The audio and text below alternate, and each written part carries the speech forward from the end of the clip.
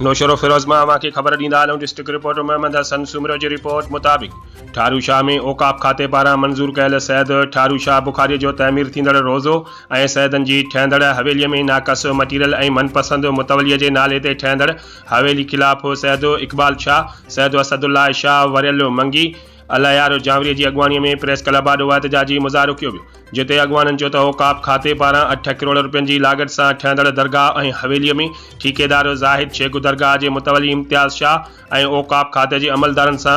भाङे भाईवार थी नाक़स मटीरियल इस्तेमालु करे रहिया आहिनि। उन्हनि चयो त दरगाह जो पाण खे मुतवली सॾाईंदड़ इम्तियाज़ शाह पंहिंजो घर ठहिराए ठेकेदार खां ॿीहर सरकारी लाॻत सां हवेलीअ जे नाले घर तमीर कराए रहियो आहे ऐं भरिसां सैद इक़बाल शाह जो घर के डैमेज करे रहिया आहिनि। उन्हनि सिंध हुकूमत ऐं औकाफ खाते जे सेक्रेटरी खां मुतालबो कंदे चयो त फौरी तौर मामले जो नोटिस वठी करप्ट ठेकेदार मुतवली ऐं औकाफ खाते जे अमलदारनि ख़िलाफ़ कार्रवाई करे इंसाफ़ कयो वञे,